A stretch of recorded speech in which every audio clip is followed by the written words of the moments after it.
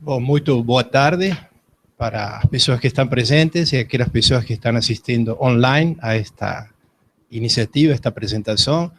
Queria apenas informar esta ideia que consiste em um desejo de trazer ao alcance do pequeno e meio empresário alguma área ou algum fórum de discussão de temas diversos, tais como aspectos técnicos, aspectos de processos de suas organizações, também aspectos psicológicos, especialmente nas empresas familiares, aspectos contábeis, enfim, estratégias, inovação, mudança, crescimento, enfim, um campo muito amplo de variáveis que estão ao alcance e, ao mesmo tempo, estão à disposição e são necessárias usar na pequena e média empresa. Normalmente, estas pessoas, pela nossa experiência, não têm muitas oportunidades de poder discutir e sentem o peso de uma grande solidão. Dificilmente está ao alcance deles poder conhecer desenvolvimentos muito aprimorados que se usam nas grandes empresas, nas corporações multinacionais, e nós creemos que sim, é uma oportunidade de poder discutir em um ambiente que, sem dúvida, tem necessidade de ter essa oportunidade. A nossa proposta é uma visão multifocal, então, os que estamos aqui presentes temos experiências em diferentes áreas. O senhor Vicente, como vocês vão ouvi-lo, tem uma experiência e uma vivência importante na área contábil e administrativa.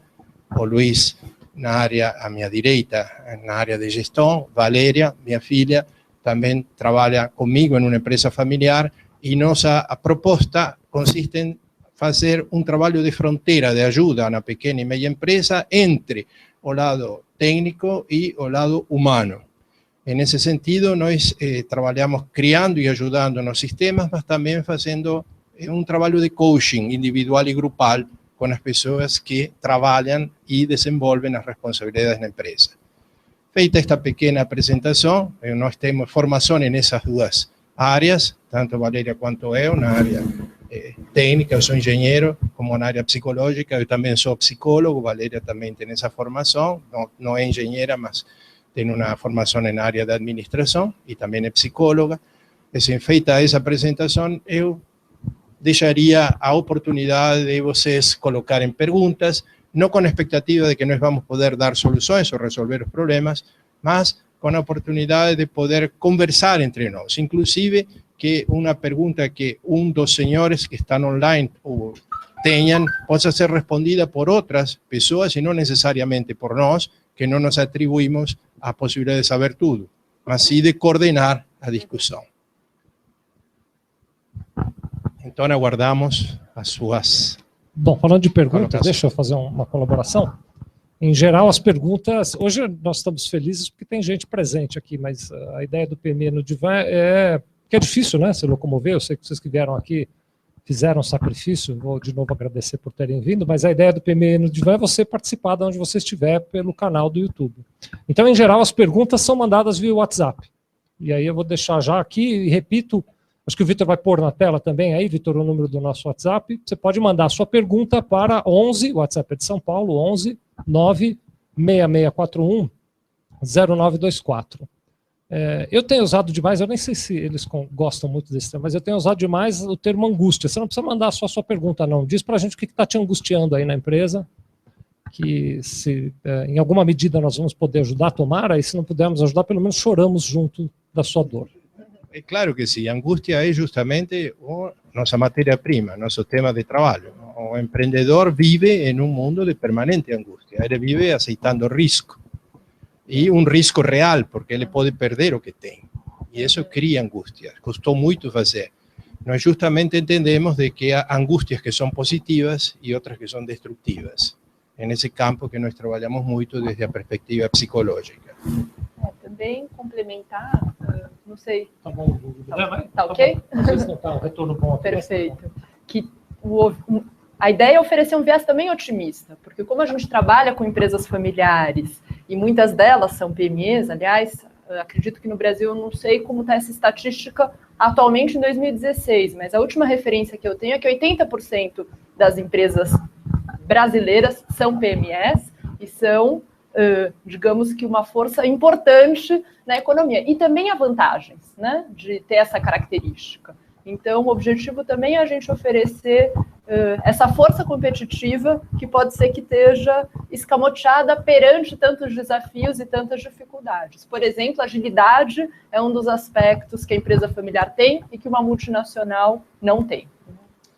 Para complementar, a experiência que a gente tem tido, então, nesses anos eu tenho experiência de ter clientes com 10 pessoas e clientes com 10 mil pessoas, né?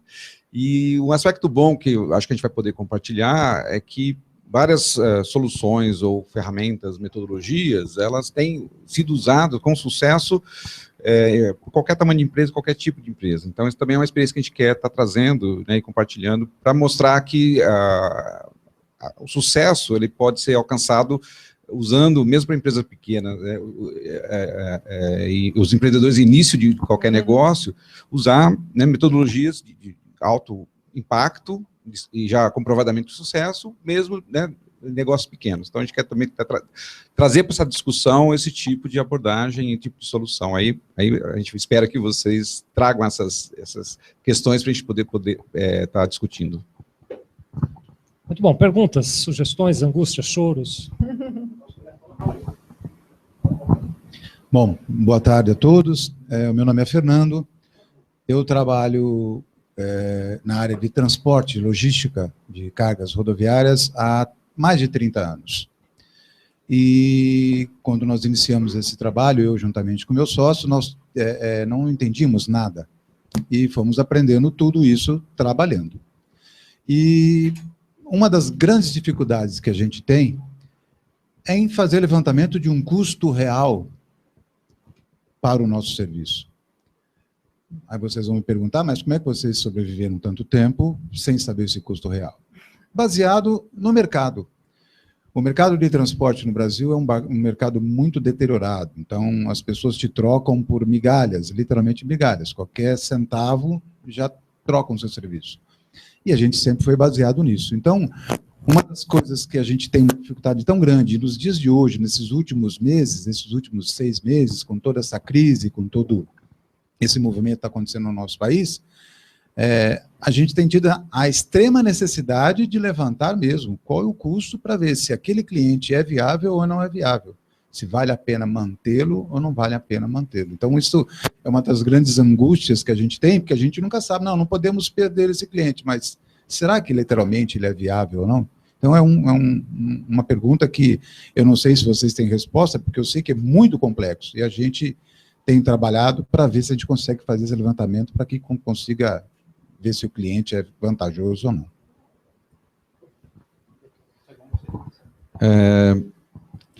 Essa questão de custo, né, falando um pouquinho, minha formação é de matemática e estatística, então um dos trabalhos que a gente faz muitas vezes é implantar métodos de medição, né, tanto financeiras quanto de produtividade, qualidade, etc.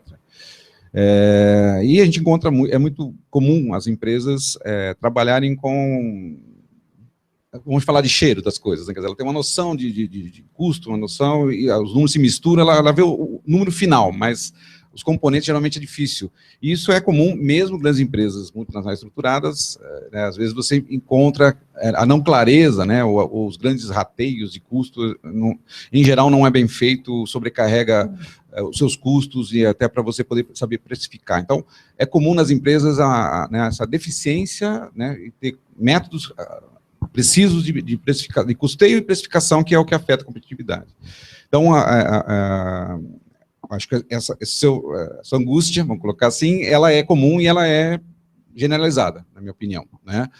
Agora, a experiência que a gente tem nesse aspecto é que não é tão complicado medir, né? Não é tão, eu acho que é mais uma questão cultural, né? E às vezes a empresa ela começa de uma forma não tão estruturada e chega um momento que precisaria estruturar, mas ela acaba continuando com aquele método, aquele modelo, e ela nunca para fazer, né, olhar para dentro e fazer isso daí. Mas a gente tem uma experiência, né, é possível fazer essa medição, e eu acho que é fundamental, hoje em dia, que, né, ainda mais um setor altamente competitivo, onde o cliente te troca por qualquer, né, desconto que ele obter, Eu preciso ter clareza nessa medição, né? Eu preciso ter mecanismos para isso. Hoje existem softwares, existem métodos, existem indicadores que permitem isso. Muitas empresas estão buscando, né?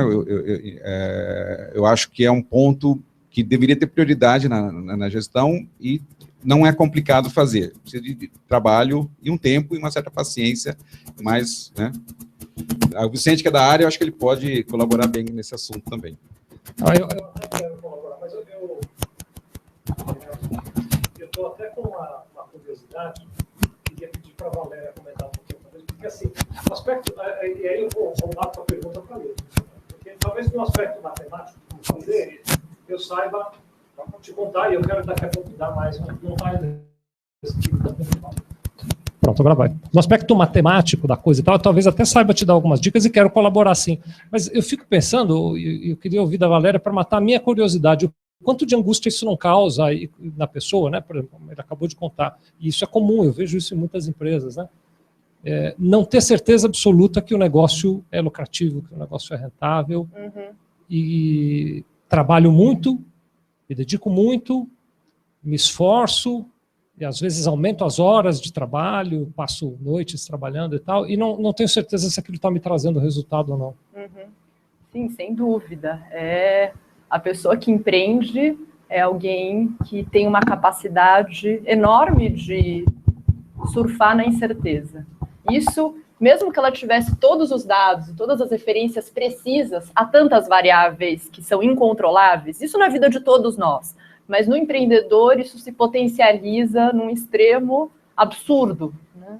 Então, talvez a minha fala seria no seguinte sentido, 2 observações.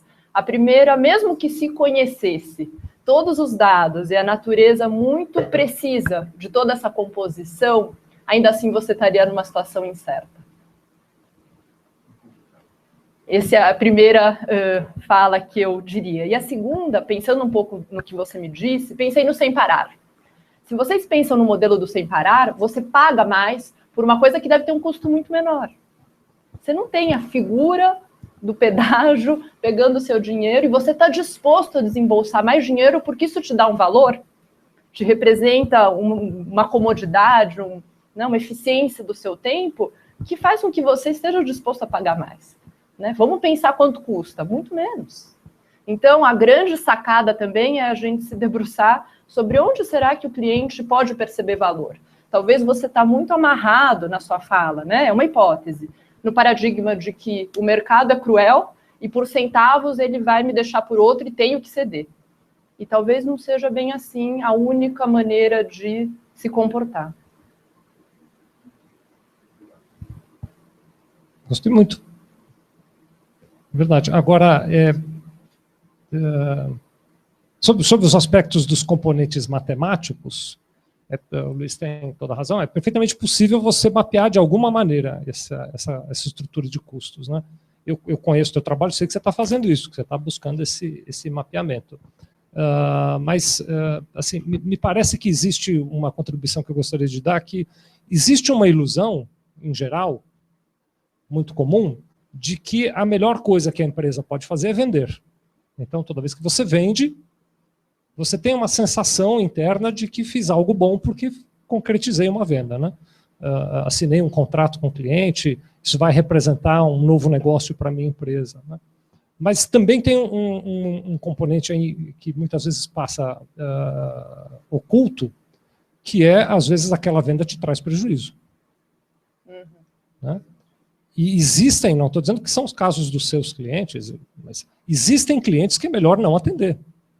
Existem clientes que dadas as condições, dadas a negociação, dado o que ele pode pagar, não porque ele é um mau cliente, não é nada disso, mas o orçamento que ele tem para pagar por aquele determinado produto ou serviço é este, e aquele orçamento não cobre os teus custos de atender aquele determinado produto ou serviço, e é melhor não fazer. Né? Porque para ele, cada vez que você vende, você perde mais um pouco. Né? E os empresários, em geral, têm muita dificuldade, pelo menos essa é a minha percepção, de perder o negócio. E às vezes ganham o negócio e perdem dinheiro, porque tá bom, eu vou te atender, ainda que me cause prejuízo, ou não estou nem vendo que causa prejuízo. Uma coisa muito comum que eu vejo no mercado, especialmente em pequenas e médias empresas, é você ter uma operação, ou vou falar na tua linguagem, você tem um cliente lucrativo sustentando um outro cliente deficitário. E a tua empresa vai, e você toca o dia a dia, e no fim do mês as contas com mais ou menos sacrifício fecham, mas não porque todos os teus negócios são lucrativos, é porque um é lucrativo e sustenta o outro que é deficitário, né? Acho que, assim, fiquei muito com a imagem do que você estava dizendo, viu, Valéria, de eu posso inovar para aumentar a percepção de valor e tentar fazer com que o cliente descubra que é possível pagar mais por aquilo, mas eu também posso dizer não, que é algo que os pequenos e médios empreendedores têm dificuldade de fazer, quer dizer não, especialmente na venda. Eu creio que tenho alguma coisa mais para complementar nessa excelente pergunta que foi feita.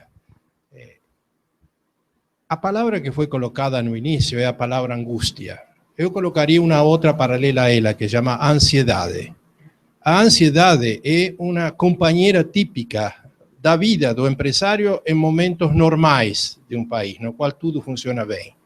Momentos como este, como disse Valéria, a ansiedade se potencia e nós temos uma ansiedade gigantesca. Qual é o efeito da ansiedade?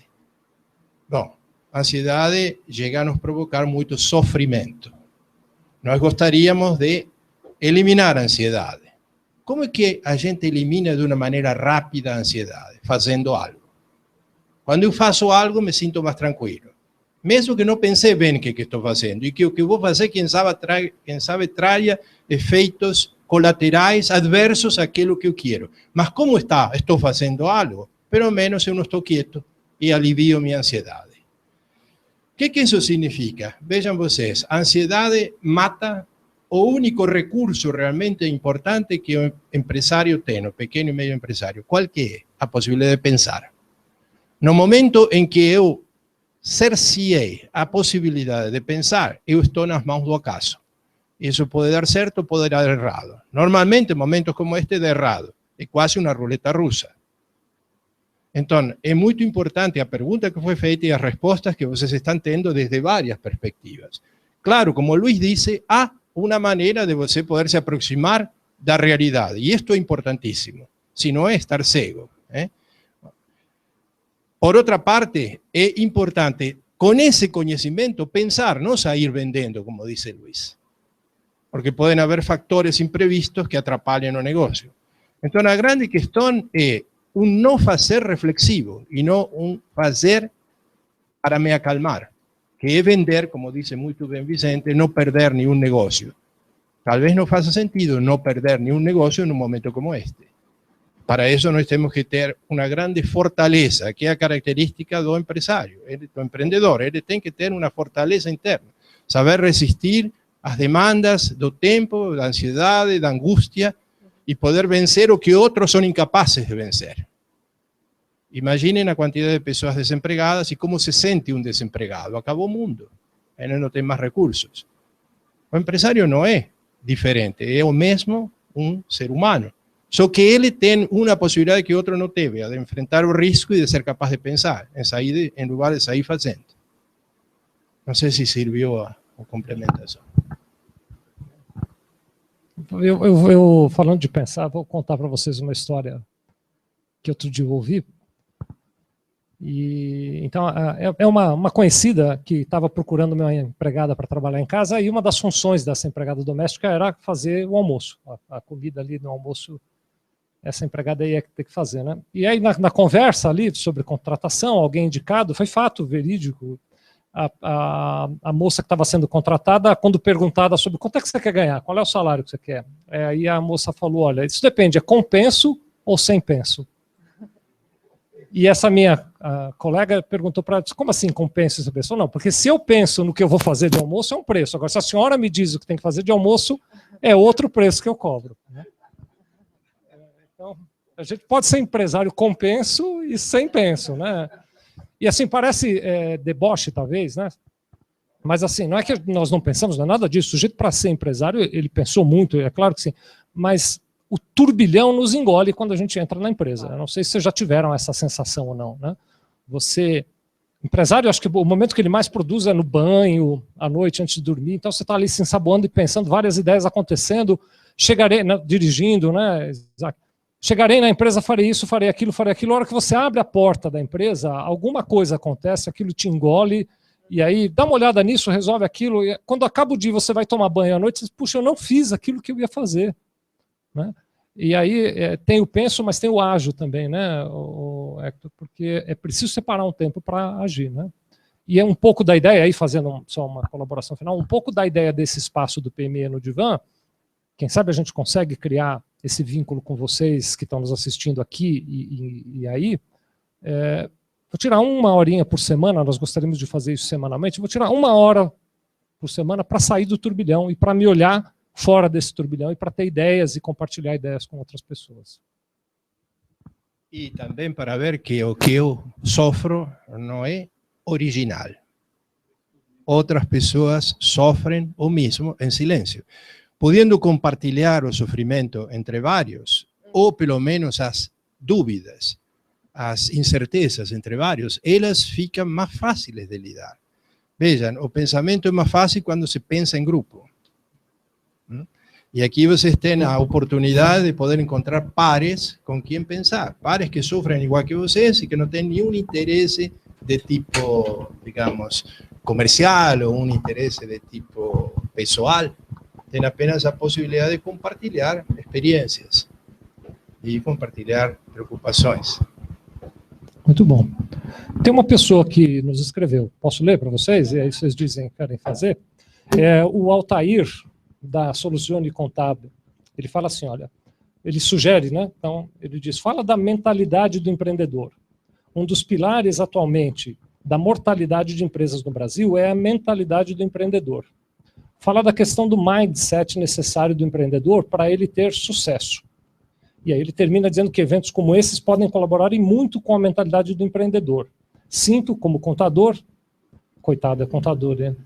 Que o empresário se sente isolado. O Altair, eu estou aqui brincando, o Altair é um grande amigo, um abraço, Altair, obrigado, viu, pela participação. Enfim, e aí a mentalidade, o mindset? Bom, Valéria também quer falar, mas vou começar. Realmente... Eu acho que esse vai ser um dos nossos problemas, todo mundo quer falar, né? Se vocês quiserem também, por favor. Vocês que estão aqui, vocês que estão aí, podem mandar também comentários sobre o que o Altair, né? Essa é uma pergunta importantíssima e que, se vocês querem, define um pouco minha vida. Eu passei muitos e muitos anos tentando de entrar na mentalidade do empreendedor. E na mentalidade do executivo, se vocês querem também.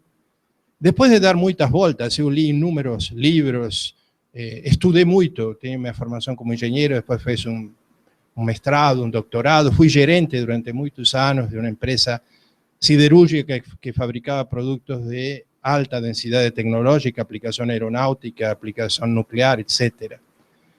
E sempre me perguntei qual que era a mentalidade que está perguntando Altair.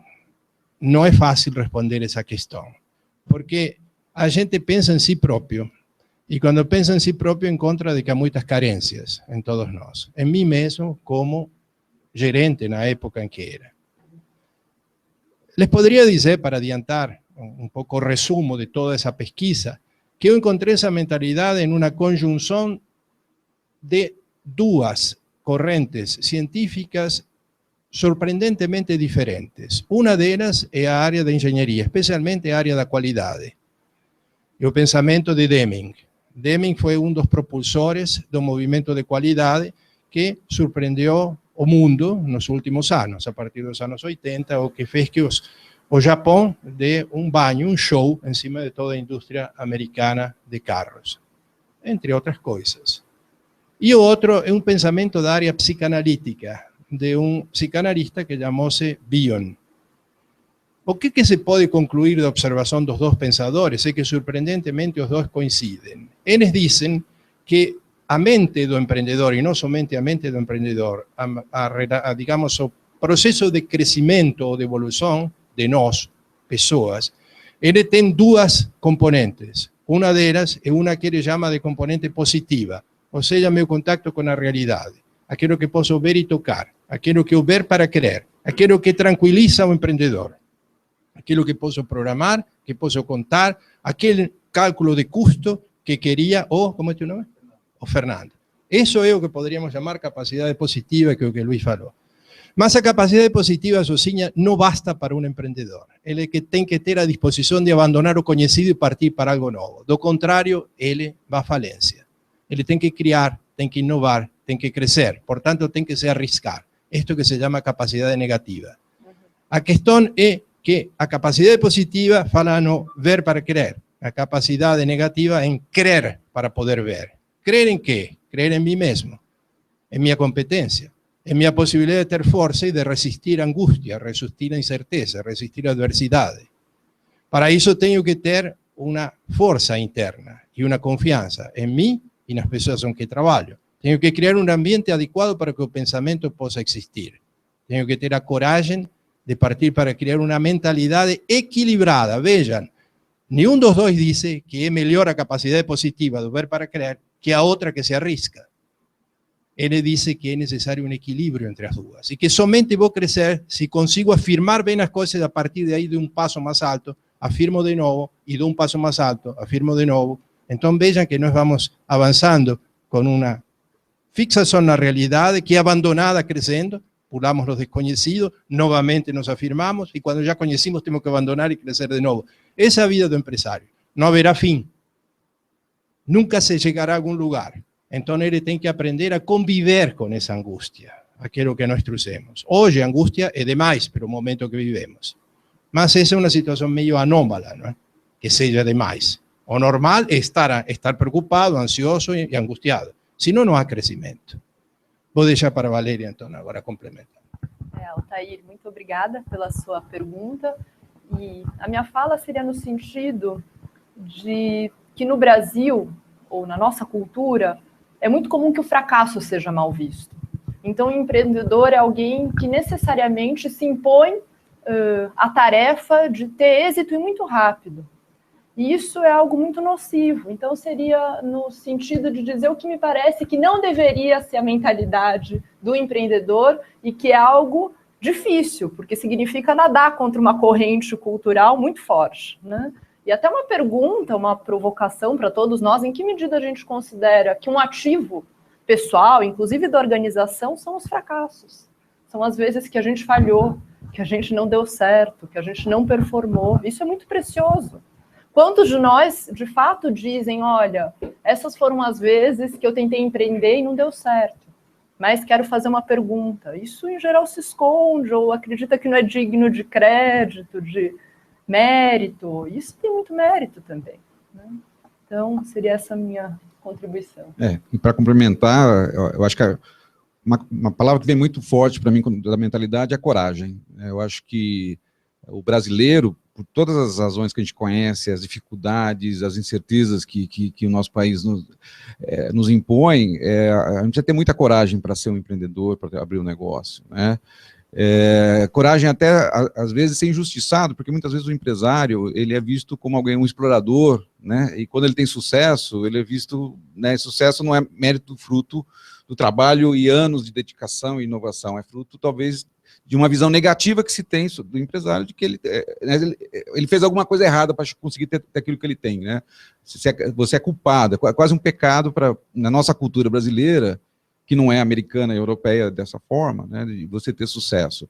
Então a gente tem que ter coragem para arriscar em todos os ambientes, a gente vai ter coragem de enfrentar as acusações, né, e que a gente vai ter do sucesso que a gente, né, por acaso, possa ter com o nosso empreendimento, e tá se reinventando todo dia, porque não é fácil, né, vencer no Brasil. Então, eu diria que a mentalidade hoje é de alguém que está disposto a correr todos os riscos e ter coragem de enfrentar, né, e não se esconder, muitas vezes, num ambiente mais cuidadoso ou confortável de um emprego, ou alguma coisa assim mais, né, porque a gente tem que se renovar o tempo todo. Então, acho que a nossa mentalidade, a mentalidade do brasileiro, em geral, é o empreendedor de muita coragem, muita competência, muita persistência, né, e é muito positiva também.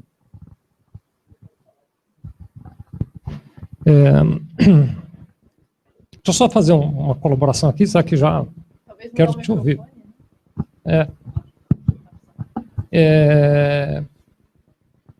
Assim, só para substanciar isso, uma das coisas que eu mais faço como contador e eu já estou fazendo isso há mais de 30 anos, olha que coisa, né, como passa rápido o tempo, é ouvir gente que quer abrir um negócio.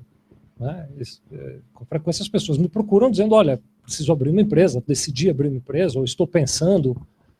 Elas nos procuram em momentos diferentes. Né? Tem gente que já vem decidi, vou abrir uma empresa, preciso que você cuide da burocracia, mas às vezes, mais frequentemente, me procuram dizendo, estou pensando em abrir uma empresa, quero entender o que acontece depois que eu abrir uma empresa. Em alguma medida, Luiz, para ser honesto, eu até brinco, né, com quem me dá essa abertura de brincar, eu digo, para ser honesto com você, eu tinha que te dissuadir dessa sua ideia. Né? Porque não seria justo incentivar um indivíduo a abrir uma empresa no Brasil, não seria justo. Mas aí eu morreria de fome, né? Então, eu omito parte da dor que é abrir uma empresa, digo, não, faça assim, você vai gostar. Não, estou brincando aqui, mas assim, acaba que a gente conversa sobre abertura, é óbvio, as pessoas que abrem uma empresa, quando tomam contato, por exemplo, na minha realidade, com a burocracia que existe, com as exigências que existem, com os cuidados que existem, né? Vou contar um caso para vocês aqui da área médica, um cliente nosso, é fato, esse cliente nosso já está aberto há 3 anos, fazem 3 anos que ele não vendeu nada até hoje, ele está esperando a licença da Anvisa para o produto dele. Há 3 anos que ele está esperando a licença da Anvisa, não vendeu nenhuma mercadoria durante 3 anos. Essa empresa é de origem holandesa, vocês sabem, né? Não precisava dizer, o pessoal lá da Holanda não acredita, fala, não, tem alguma coisa errada, alguém deu dinheiro para alguém aí para não abrir, porque não pode ser que num país qualquer do mundo, mais maluco que o país seja, você demore 3 anos para ter.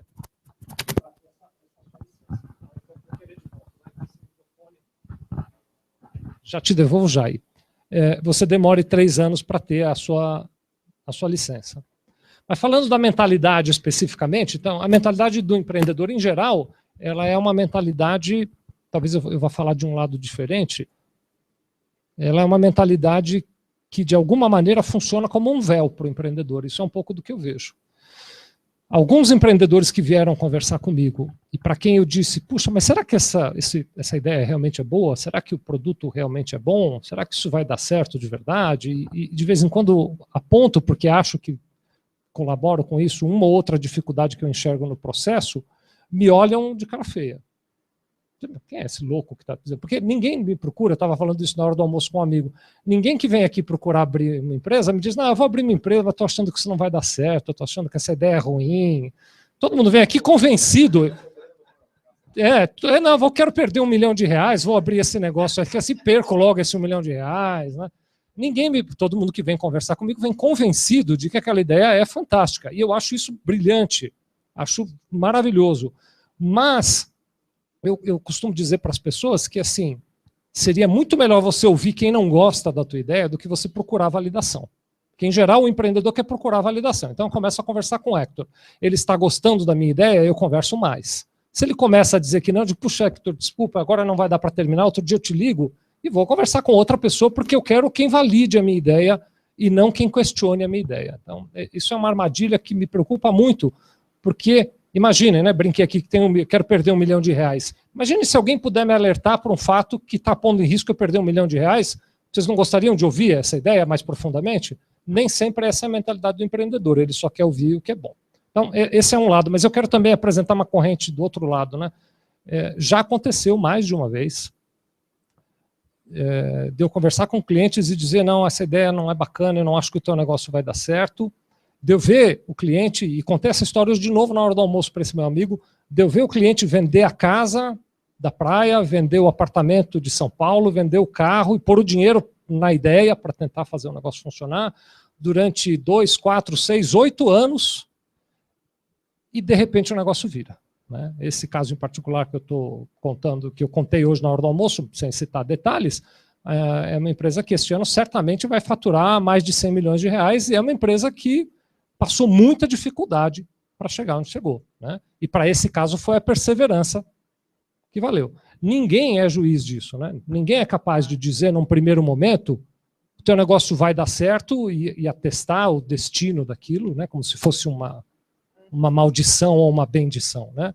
Ninguém é capaz disso. Então, a mentalidade do empreendedor tem que ser a mentalidade de que eu ouvi todos os lados, eu acredito na ideia e estou disposto a correr o risco. E de não se cobrar, na linha do que a Valéria disse, de que o sucesso precisa ser necessariamente, por exemplo, faturar mais de 100 milhões de reais este ano. Que o sucesso não precisa ser medido só nessa régua, né?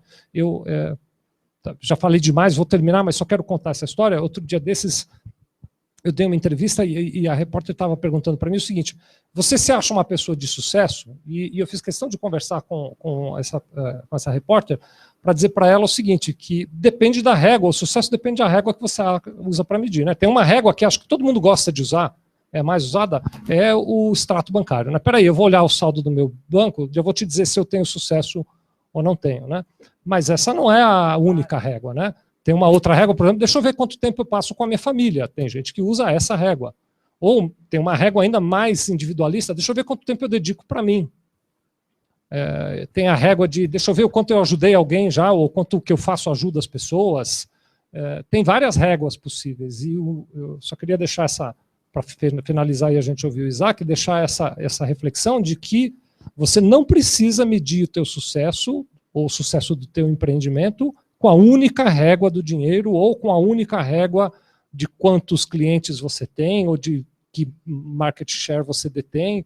Tem muitas réguas que podem medir, e muita gente que fracassa do ponto de vista financeiro do negócio, acumula tanto ganho em conhecimento, em evolução, que pode-se dizer de sucesso, né? Bom, agora deixar o... Obrigado. Meu nome é Isaac, eu tenho uma empresa na área de saúde e há pouco tempo eu estou agora como investidor em franquia no mercado de alimentos. Essa pergunta ela é muito interessante, eu já escutei ela várias vezes, né? Várias discussões, ou mesmo programas, etc. E às vezes eu sinto que as pessoas querem uma resposta assim mágica para ela poder escutar e poder verificar se ela tem o perfil ou se ela é compatível com alguma explicação que ela possa escutar no sentido de tomar uma decisão, então acho que eu tenho perfil, eu vou, né, seguir esse caminho ou não. Hoje eu sou empresário, mas por 25 anos eu fui executivo de empresas da área de saúde. Ou seja, por 25 anos eu me formei na área de saúde e galguei toda a minha carreira dentro de multinacionais da área de saúde. Tanto interno como fora do país. E faz 4 anos que eu sou empresário. E quando eu sempre tive vontade de ser empresário. Ao longo da minha... A gente percebe pelo seu desgaste que você acumula. E desde o meu desenvolvimento profissional, etc., eu sempre tive essa curiosidade, essa vontade de ser empresário. E eu sempre agi como empresário dentro das posições que eu passava. E tentava, né, me desenvolver a tal, porque eu sabia que um dia eu ia ter condições, né, de poder dar um passo nesse sentido. E há 4 anos, eu chutei tudo para cima, eu era diretor de uma grande multinacional, pedi demissão, com um projeto na boca, na frente do meu chefe, e ninguém acreditava que eu estava pedindo demissão. Porque achei que era o meu momento profissional de realizar meu sonho de ser empresário, independente da régua. Então, acho que o primeiro um quesito de você querer ser empresário é você querer ser empresário. Você querer ser empresário. Eu quero ser empresário. Poxa, mas será que eu tenho o perfil de investidor, isso, aquilo? Não, primeiro você tem que querer. Efetivamente querer. Porque você querendo ser empresário, você, junto com isso, você vai carregar vários sentimentos, várias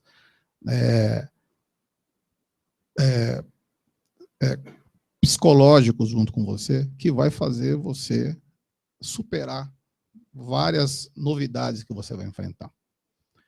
Então, eu quis, chutei tudo, né? Fui para a área de saúde, agora estou indo para a área de alimentos, área de varejo, estou amando, né? Começando do zero, né? Adoro ficar em contato com os consumidores. Antigamente eu tinha a minha carteira de clientes, né? Com meus clientes. E, logicamente, os funcionários, etc. Hoje não, todo mundo, todos os meus stakeholders são meus clientes. Então, eu tenho que estar muito atento ao funcionário, aos clientes, eu vou para a fila, fico escutando, tendo ideias, etc. Mas, primeira coisa, você querer ser empresário. E saber que, com isso, você vai ter que lidar com N situações. Você vai ter que se automotivar diariamente. Você vai ter que saber se superar, você se superar. É realmente uma decisão solitária.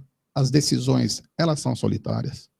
Diferentemente, quando eu faço isso com uma forma muito tranquila, porque como eu tinha cabeça de executivo durante 25 anos e tive que, né, virar a chavinha e não pensar como executivo, mas pensar como empresário, que é diferente, você tem que se automotivar de uma forma diferente. Hoje eu sento com executivos, eu sei o que passa na cabeça dele, mas a experiência que eu tenho, ele não tem. Eu não tenho a mínima noção que possa ser.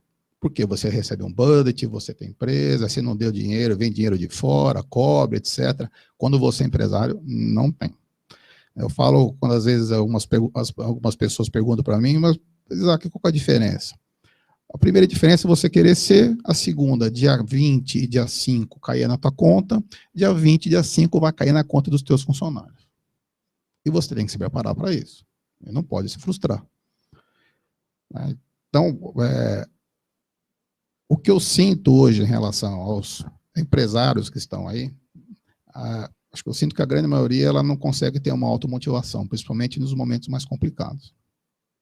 Nos momentos mais difíceis, e sendo um empresário é algo realmente solitário, as pessoas, nesse desespero, acabam não conseguindo encontrar saídas. E acho que aí é o começo de um declínio das empresas. Você tem que se automotivar, você tem que ser otimista, né? Você tem que efetivamente pensar que você vai encontrar uma saída e você encontra, por mais difícil que seja, ela existe. Você tem que ter muita coragem, você tem que realmente ser corajoso no sentido das decisões que você tem que tomar. Tomar decisões como empresário é muito mais corajoso do que tomar decisões como executivo. Muito mais. Muito mais. Então, você não pode deixar que isso efetivamente te tire do foco. Você tem que ter... Uma vez eu escutei uma palestra do Marins, e achei fantástico. Isso eu levo para mim até hoje. Que tinha uma tribo, né, lá na Oceania, e ele ficou durante um mês lá com essa tribo, e no outro dia tem uma caça dos emus. Então, na noite anterior, toda a tribo, ela se vestiu, se pintou, teve a dança, teve a música, teve a comida, e no outro dia eles iam caçar emu. E no outro dia, amanheceu o dia, eles pintados, vestidos, com as armas para caçar emu, foram para a floresta para caçar emu. E ficavam andando. E tinha uma série de outros animais que passavam ali na frente deles. Javali. Ele falava, poxa, mas tá ali. Nós estamos aqui, todo mundo com fome, tribo com fome. Pô, mata esse javali agora, né? Pega o javali, volta para a tribo, vamos fazer esse javali logo, vamos comer, acabar com isso aqui, né? E ele conversou com um guerreiro lá. Falou, poxa, mas tem um javali, tem um monte de coisa passando aqui na frente, e a gente não pega, por que não pega? Nós não vamos pegar porque hoje nós estamos caçando emu. Nós não dançamos a dança do emu ontem. A gente não está vestido para a caça do emu, nós não estamos pintados para a caça do emu, nós estamos aqui caçando emu, não estamos caçando javali. O javali é para a semana que vem. Aí tem a dança do javali, tem a roupa do javali. E eu acho que a maioria dos empresários perde muito foco. Muito fácil foco. Acaba se desviando muito da rota. Você vai errar? Vai. É difícil? É. É prazeroso? Também. E você tem que entender que a empresa que você criou, ela é um organismo vivo. Por isso que quando a gente chega, a gente se sente meio que, né, refém de tudo aquilo que está acontecendo. As pessoas talvez te esperando para tomar decisões, etc. Por quê? Porque ela é um organismo vivo.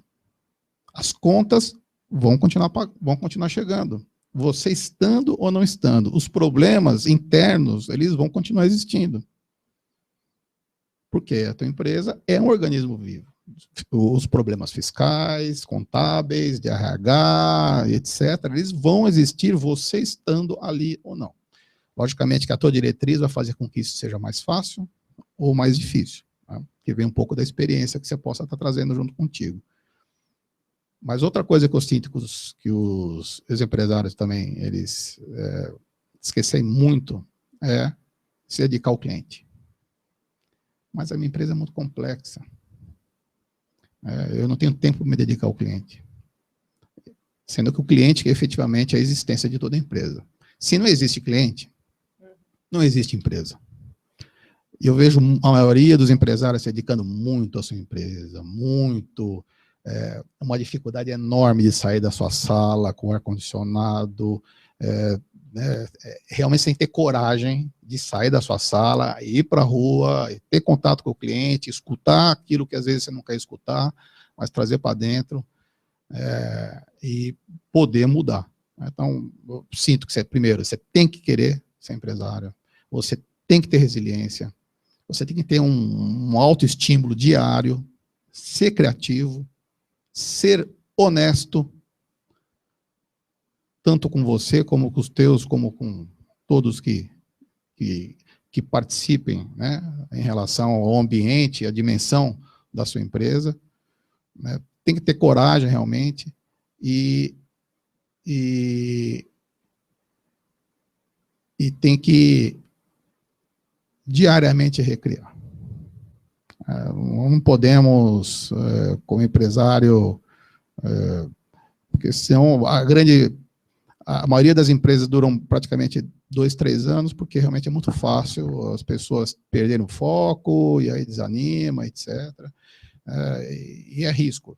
E os empresários misturam muito, né? Ou seja, você tem que ter seu salário também como dono, né? Vou tirar 5, 10, 15, 20, que seja, e vai viver com isso.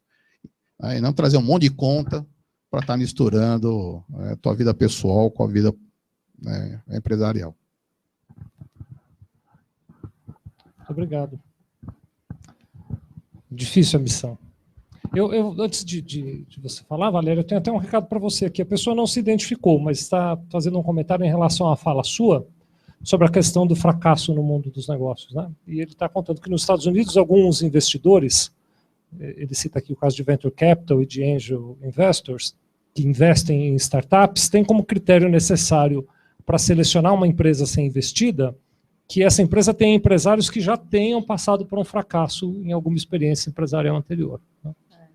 Muito bacana. Obrigado pela sua colaboração, embora você não tenha se identificado, mas muito bom o seu comentário. Mas enquanto eu ouvi o Isaac, como a gente trabalha com empresas familiares, eu agradeço o seu depoimento, porque eu pensei, imagina suceder uma pessoa como ele. Imagina o dia de amanhã, quando ele estiver velhinho, e ele vai estar, assim como todos nós, a empresa dele vai prosperar, né? Certamente, tem tudo para isso, esperemos que sim, mas imagina o que significa você preparar essa transição. Acho que o seu depoimento apaixonado e pessoal, obrigada por compartilhar, mostra muito melhor do que qualquer fala nossa a natureza e delicadeza desse processo, que também é uma das pautas que me parecem centrais nesse fórum, né? O Brasil é um país muito jovem, poucas empresas pequenas e médias familiares se encontram vivas na terceira geração e familiares. Isso é possível. A Europa, claro que tem uma série de variáveis, mas se você, inclusive até uma coisa interessante de ser compartilhada, eu estudei na GV e lá eu falava, eu quero estudar o fenômeno da empresa familiar. Mas isso não estava na grade de uma carreira de negócios, de administração. Você tinha que fazer um curso específico de 6 meses, modular, no qual você aprendia sobre gestão de empresa familiar. Em todas as universidades da Europa, na grande maioria, tanto é que eu fui estudar em Barcelona, isso faz parte da carreira básica, da grade curricular básica, assim como contabilidade, gestão de finanças. É tão importante você ter o domínio desses assuntos como você conhecer que território é esse de uma empresa familiar. E veja, mesmo que você não seja dono ou não faça parte de uma família empresária, é muito provável que na sua carreira, eventualmente, você trabalhe para uma organização desse tipo. E ela tem particularidades e tem aspectos que são diferentes de outras empresas, né? Então, é só um exemplo, uma ilustração de como o Brasil ainda está engatinhando para se preparar nesse sentido, né? E a sua fala me estimulou essa reflexão, né? Só queria juntar 2 pontos, né, que você comentou da carreira executiva para, né, ser um empresário. E a questão da régua, da realização que o Vicente comentou, né? Eu acho que uma régua é também a sua satisfação pessoal, no sentido que, porque uma ilusão que às vezes o empresário tem é que eu vou poder me dedicar mais à família e ter mais tempo. Eu tinha essa ilusão, porque eu também trabalhei 10 anos em grande empresa, etc., antes de ser empresário. Eu falei, sexta-feira eu vou folgar à tarde, vou viajar, tal. A gente trabalha muito mais, né? Dorme menos, é mais preocupado, né? Às vezes, fim de semana, eu olho alguns amigos que trabalham, eu falo, eles chegam em casa e não se preocupam com nada, é só segunda-feira quando bater o cartão. E eu passo o fim de semana carregando um monte de coisa que eu tenho que resolver até segunda-feira. Mas isso não me torna mais infeliz, me torna mais ocupado, né? Mas não me torna mais infeliz. Então, acho que uma grande régua é também o sentimento de missão realizada, né? Nem sempre, é claro que a questão financeira ela é uma busca também, é uma meta que a gente tem, mas de repente não é e não deve ser a principal, né? Eu acho que a principal tem que ser a satisfação, né, a realização, a missão cumprida. Eu acho que essa é uma grande questão que norteia, né, as decisões e as opções que a gente faz o tempo todo como empreendedor, né? E muitas vezes a nossa opção é por aquilo que é mais arriscado, né? Porque depois o sabor lá na frente, quando dá certo, é maior do que quando você faz uma opção mais conservadora, né? Menos arriscada. Então, só juntar, né, esse sonho, essa realização, e o que a gente busca com isso também tem a ver com, né, um senso de buscar sentido para a sua vida, né? E o empreendedorismo ele traz isso, se você souber canalizar para os caminhos certos, que tem a ver com você, com o seu jeito, né? Não fazer algo que você não goste. Tem que ser algo que a gente... Acho que uma das premissas, para ter sucesso, você tem que fazer algo que você goste, que te dá prazer. Isso todo mundo fala. Então, e aí você trabalha mais feliz, né? Obrigado. Bom, boa tarde a todos. Meu nome é Marco Antônio, né? Eu posso me classificar como um aprendiz de empresário, né? Porque nós estamos começando agora, eu e o Sandro e mais um amigo nosso aí, né? E me chamou muito a atenção na fala de vocês, que vocês disseram que o empresário é um solitário, né? Acho que foi você que falou que o empresário é um solitário, passa muita angústia porque fica sozinho. Então. Isso criou criou uma dúvida na minha cabeça, porque em toda a minha vida eu ouvi que o mais importante para um empresário é ter networking, né? Então, criou um conflito na minha cabeça agora, né? Por que o empresário ele é solitário, sendo que o mais importante para ele é ter amigos? Vocês entenderam a minha ideia? Então, eu gostaria de ouvir o que vocês têm a dizer. Como todo na vida do empresário e na nossa vida pessoal, nós temos situações que são os dois opostos ao mesmo tempo. Tem razão, é necessário ter um networking, conhecer outros, como está se fazendo aqui, dar uma oportunidade de compartilhar ideias. Mas no seu negócio você está sozinho. As suas decisões são suas, as consequências também serão suas. Então, nesse momento que você arca com a condição de você dar o passo e levar toda a turma atrás de você, como está dizendo Isaac, nesse momento você está sozinho. Que é o caminho do líder, né? Ele, em definitiva, ele tem a distinção de ser um líder, mas paga um preço, que é o preço de ele ter que tomar as decisões e assumir a responsabilidade. As outras pessoas terão como dicen vocês, a possibilidade de ter seu salário no dia 2, no dia 15, não sei. Mas eles não vão tomar as decisões. Também eles não vão ganhar mais que isso. Você pode ganhar muito mais. Mas nessas decisões e as consequências de ganhar ou perder tudo estão só com você. Então são os dois lados. Por um lado, o fato de conhecer mais pessoas é enriquecedor. Mas mesmo conhecendo muitas pessoas, as decisões principais estão sozinho. E é mais, você poderá conhecer muitas pessoas, e nós temos visto isso, e poderá ter a família dentro da empresa. Mas estando com a família, às vezes está numa solidão espantosa. Porque há muitas coisas que você não consegue, não tem a menor chance de conversar com a família. Então eles estão ao lado fisicamente, mas na alma, muitas vezes você está sozinho. Muitas vezes esse é nosso trabalho. Nós, Maneira e eu, temos trabalhado com uma possibilidade de dar ao presidente, o dono, na sua solidão e tendo toda a família ao lado, a possibilidade de dizer coisas que jamais ele poderia dizer com a família. Não sei se ficou um pouco mais claro. Então, na nossa vida, é que nós somos ambivalentes. A vida é ambivalente. Nós queremos e não queremos a mesma coisa ao mesmo tempo. Nós somos pessoas diferentes em diferentes lugares. Não há um único lado, o bom ou mau. Tudo tem o verso e o reverso, é decir, o bom e o reverso do mal. Se não existisse o mal, também não existiria o bom. Então, na condição de empresários, nós temos que darnos conta de que há muitas coisas nas quais é a solidão que nos acompanha. Vocês são sócios, hoje existe uma confiança, mas não sabemos como vai ser a relação de vocês depois de que passem por uma série de conflitos daqui 1, 2 ou 3 anos. Será que a relação continuará com tanta confiança? Esse é um mistério. Um mistério tão grande como quando você decide casar. Se casa apaixonado. Em realidade, a paixão representa labaredas deste tamanho. À medida que você vai conhecendo a pessoa, as labaredas vão baixando. Passa um tempo mais e as labaredas desaparecem, estão nas brasas. E com o tempo até as brasas apagam e ficam as cinzas. E você diz, o amor então não existe. Veja que esta é a mesma pessoa, só que para poder manter uma brasa acesa, você não tem mais remédio que jogar lenha. E esta é a condição do empresário, não há mais remédio que jogar permanentemente lenha nessa ideia que foi a que deu origem ao nascimento, que motiva o Isaac. Será que vai motivar o filho do Isaac se ele tivesse e quisesse que trabalhe na empresa? Da mesma forma. É um mistério. Pode ser até que vá muito além do que Isaac foi, como pode ser que ele não se identifica nem um pouco. E nós temos que lidar com esse mistério e essa solidão.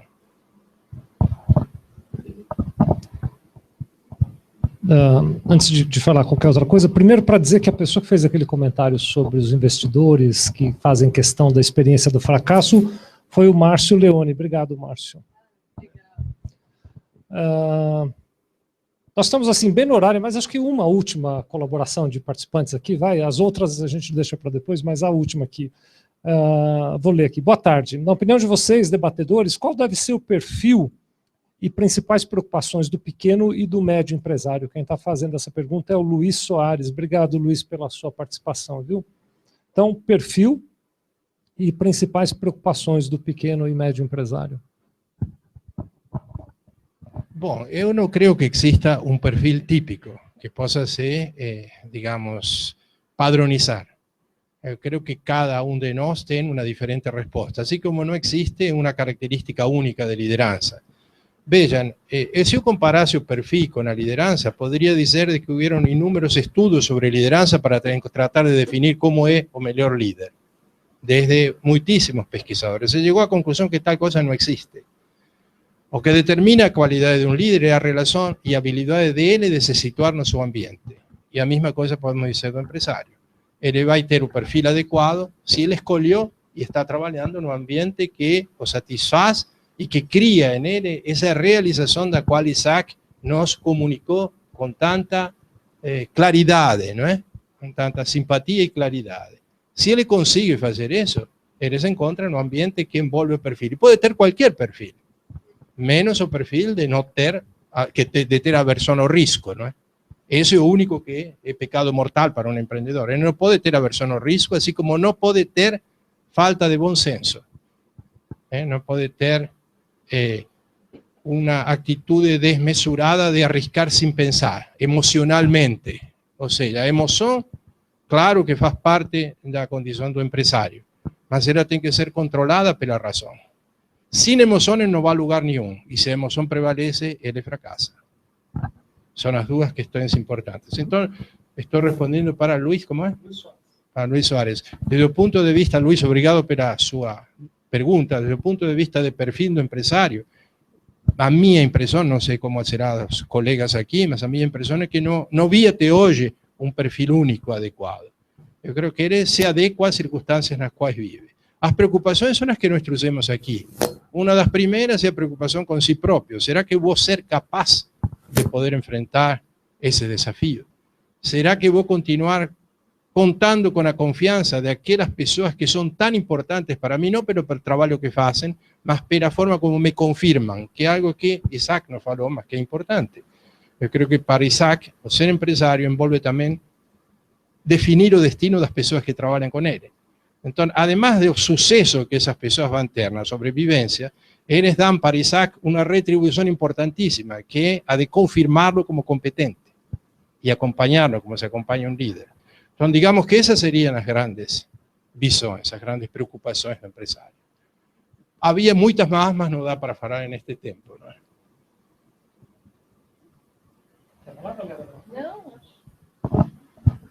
Bom, só complementando, acho que uma das características, porque como o Hector falou, existem muitas variáveis para você ter sucesso no negócio, né? E eu concordo também que o perfil depende muito do negócio, do tipo de produto, serviço que você está oferecendo, etc., do mercado e tal. Uma característica que eu valorizo muito, eu acho muito importante, que ajuda a maximizar a sua chance de ter sucesso no negócio, é você ter uma capacidade que una você antecipar e entender se o seu serviço está atendendo alguma demanda, você saber decodificar o que o mercado quer, e se o seu serviço vai conseguir entregar. Então, meu produto, alguém quer ele atende alguma necessidade. Então, o Brasil tem milhões de oportunidades, então isso está cheio de oportunidade no mercado, né? Então, um bom perfil, alguém consegue captar isso, consegue traduzir essas demandas naquilo que ele está se propondo a oferecer, né? E a outra, mesmo que ele tenha essa capacidade, ele precisa de outra habilidade, que é de ir ajustando e resolvendo os problemas, porque para ele conseguir construir isso no tempo e atender essa demanda, mesmo que ela exista e o produto seja bom, eu vou ter que vencer uma série de barreiras que vem um outro perfil sistêmico, né? Um empresário ele tem que trabalhar em várias frentes, trabalhar com pessoas, com matemática, financeiro, processo, gestão, né? Então ele tem que ter essa habilidade de lidar com múltiplas coisas, né? E ter um pouco a humildade de saber que ele não sabe tudo, ele vai aprender, vai precisar de ajuda, e vai se adaptando, vai aprendendo. Então acho que a outra característica é a aprendizagem, né?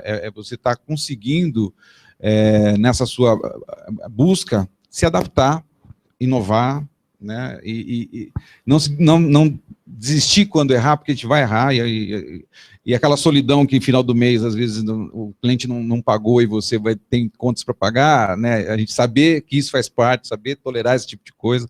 Então, são milhões de características que a gente, sentimentos que a gente tem que carregar ao mesmo tempo, e a gente tem que aprender, entender, ter a resiliência, acho que é uma palavra muito, muito importante nesse aspecto, e se adaptando. Acho que a adaptabilidade é uma palavra muito importante também. Quer complementar? Eu pensei agora, né? Depois. Verdade. É o seguinte, e até chama atenção, estava pensando que não tem nenhuma mulher entre as pessoas que nos vieram assistir hoje. E eu acho que ninguém que escreveu também é mulher. Não é por acaso. Eu acho que na nossa experiência, as mulheres têm uma competência. Eu não gosto muito de dizer mulher é assim, homem é assim. Mas sim, existem aspectos que a gente não pode negar. A única que pode dar a luz é uma mulher. Isso requer que ela se afaste, que ela tenha uma licença maternidade. E a minha fala vai em que sentido? Que o nosso modelo mental ainda não está preparado para acomodar um esquema no qual a mulher possa realmente capitalizar e criar negócios. E eu acho que há cada vez mais mulheres empreendedoras, mas a gente ainda tem muitos desafios no sentido de proporcionar mais oportunidades. Eu realmente também não sei muito como fazer isso, acho que convém essa reflexão para todos nós, me sinto nesse papel de falar um pouquinho sobre isso e dizer que essa capacidade simultânea, por exemplo, a mulher é exigida a desenvolver desde muito pequenininha, né? É realmente uma coisa que a história dela lhe proporciona mais chances de desenvolver isso e que lhe dá também muita capacidade de lidar com esse tipo de variável que é a simultaneidade dos desafios. É claro que os homens também têm, né? Longe de mim fazer um discurso mulher é melhor que homem, não se trata disso, mas a gente poder olhar esse contexto e nos perguntar em que medida a gente pode favorecer também isso. E pode, né? Outro dia eu estava ouvindo no Dia das Mulheres um vídeo tão interessante, ela falava assim, eu queria que as pessoas perguntassem para os homens, poxa vida, como que você faz, Vicente, para coincidir na sua vida empreendedora e no cuidado dos seus filhos? Vocês veem que interessante como essa é uma pergunta que, em geral, só é feita para a mulher. Como você faz para cuidar da sua vida profissional e dos seus filhos? Nesse tipo de sutileza, eu acho que convém a gente observar e estar atento. Muito bom. Alguns comentários. Primeiro, nós vamos repetir esse trabalho dia 12 de abril, não é isso? 12 de abril, às 18 horas. Dessa vez será às 18 horas no nosso canal lá do YouTube. Talvez, viu, Valéria, seja o caso para nós pensarmos um pouquinho. Quem sabe é um tema para começar a discussão lá do dia 12 de abril. Você que está aí nos assistindo pode mandar. Hoje nós não vamos ter tempo de avançar no debate da mulher. Me chama a atenção, que eu poxa vida, eu não tinha pensado nisso também, mas homens e as perguntas que vieram. mandem aí as suas colaborações, vocês que são mulheres, e nós guardamos isso para talvez dia 12 de abril abrir com esse assunto. Como a gente não tem um assunto amarrado já, quem sabe pode ser ele, né? Eu quero comentar um pouquinho sobre essa questão do perfil e das preocupações que o Luiz Soares fez. O Luiz Soares também é um querido amigo, eu fico muito feliz de saber que ele está lá assistindo.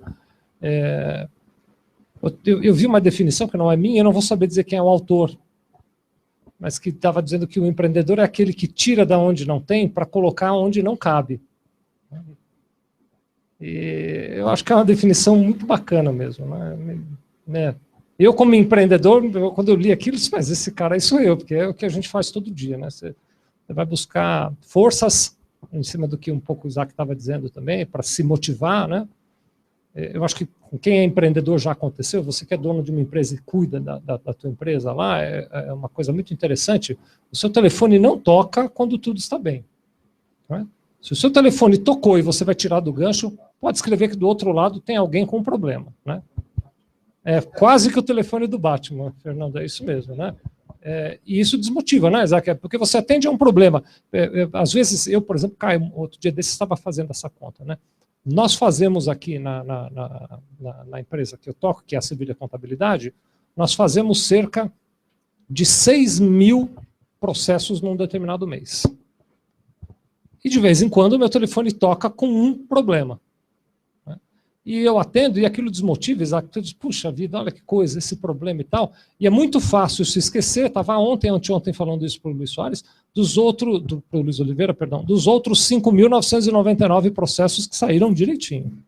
E a gente se apega e vai para casa pensando naquele um que está errado. Não é que ele não mereça atenção, por favor, eu sei que ele merece atenção, né? Mas é muito fácil você se desanimar, né? Mas o empreendedor em geral, ele pega aquele problema e diz, eu vou fazer disso uma oportunidade, eu vou trabalhar para melhorar isso, eu vou fazer essa coisa ficar melhor, este problema não vai se repetir. A busca constante de, eu vou errar sempre, mas vou errar coisas novas, eu vou descobrir maneiras novas de errar. Eu digo isso muito para a minha equipe, né? Olha, o nosso desafio é errar de um jeito diferente todo mês e não repetir os erros que nós já erramos agora. Temos a vida inteira para descobrir jeitos de errar, desde que não sejam aqueles que nós já descobrimos lá para trás, né? Então, acho que o perfil do empreendedor é esse, é a coragem, é não se limitar e perseverar, né? Precisamos acabar. Eu começo acabando, vocês vão acabando na sequência. Quero agradecer vocês que vieram, quero agradecer vocês que estão nos assistindo daí. Dia 12 de abril, então, às 18 horas, nós temos o nosso encontro marcado. Se vocês puderem participar, vai ser muito bom. Outros temas vão surgir, vamos ver que temas virão naquele dia. Se vocês quiserem falar comigo daqui até o dia 12 de abril, vocês podem me escrever no e-mail do PME no Divã, que é vicente@pmenodivan.com.br. Então, ficarei muito feliz de receber. Se você que está nos assistindo quer ser relembrado e convidado para os eventos que a gente faz, pode escrever lá no vicente@pmenodivan.com.br, que eu te incluo na lista de convidados e te mando um lembrete para você assistir todas as nossas aparições aqui, tá bom? Obrigado, prazer estar com vocês, viu, pessoal? Também agradeço a participação de todos, aprendi aqui hoje, a ideia é essa, não tem por que a gente acreditar que a gente sabe e o nosso público e as pessoas que estão aqui não. Também um prazer enorme estar com o Luiz, com o Hector e com o Vicente. E esperamos que novas versões venham e a gente aprenda muito mais. Juntos, né? Que é mais divertido. Eu também queria agradecer, eu acho que pudemos experimentar aqui o potencial desse início, né? A gente também está muita expectativa de tudo que a gente pode construir, discutir e aprender. Eu acho que essa riqueza dessa troca, eu acho que ela é a coisa mais valiosa, e não no sentido de a gente estar falando ou ensinando nada, mas sim refletindo sobre temas de interesse, né? Eu acho que a riqueza está nisso, e queremos convidar vocês para ajudar, quanto mais perguntas, mais questionamentos e discussões, eu acho que vai enriquecer nessa nossa proposta e dar sentido para ela, né, e um retorno para todos que participarem. Então, eu também agradeço, espero que a gente consiga evoluir juntos nesse processo. Estou feliz pela resposta e pelo momento e pela forma como pudimos conversar, tanto com as pessoas presentes quanto com aqueles que se comunicaram online. Creo que a ideia é produtiva e pode nos fazer sentir a todos com um sentido, que é o que fala muito bem Isaac. Se alguém quiser falar com Valéria, nesse meio tempo, pode se comunicar através do e-mail valeria@pmenodivan.com.br. Querendo falar com Luiz, ele também responde pelo e-mail luis@pmenodivan.com.br. E, por último, o meu é Hector, com H, HECTOR,